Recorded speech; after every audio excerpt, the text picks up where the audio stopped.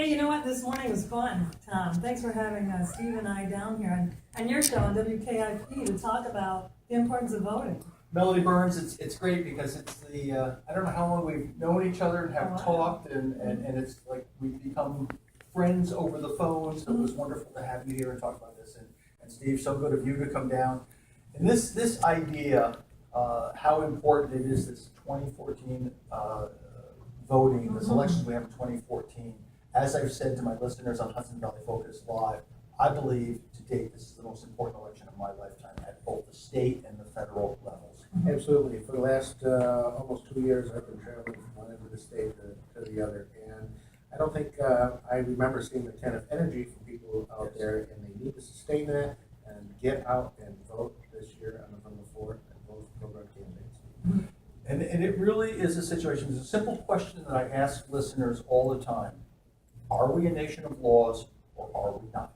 We have a constitution, a bill of rights that guarantees certain rights to the individual, and whatever someone's motivation is, it's not just the Second Amendment. Right. If we look at this, and as we talked about on air, so many of our rights, religious freedoms, freedom of speech, freedom of property rights, privacy, are all being infringed incrementally. And this is the thing that we all have to stand as one. When we have an administration that pushes through laws in the middle of the night with no review, that takes away our Second Amendment rights, our First Amendment rights, our right to due process, it's time for a change. And people have got to stand up, go to the voting booth, and vote for change. Well, remember, they didn't even understand the legislation. Many of them didn't even read it before they voted on it. So that can never happen. We can't have that. It's like that Nancy Pelosi deal, we have to pass it before we can read it, to find out what's in it. Well, they did the same thing here with the unSAFE Act.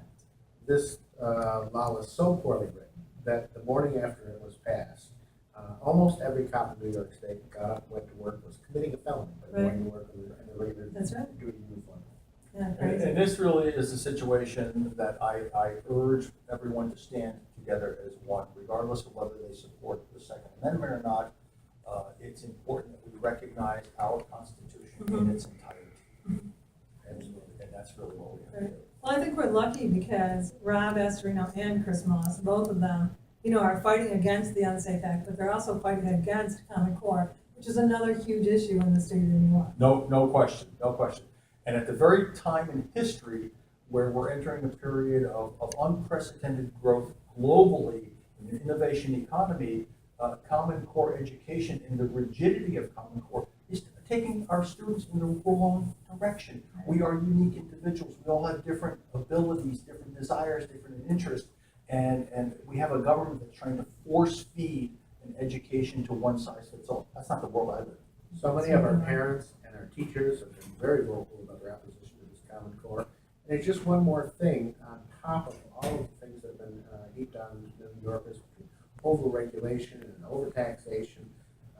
So many people, our young people, our people who are retired, our senior citizens are planning to leave New York.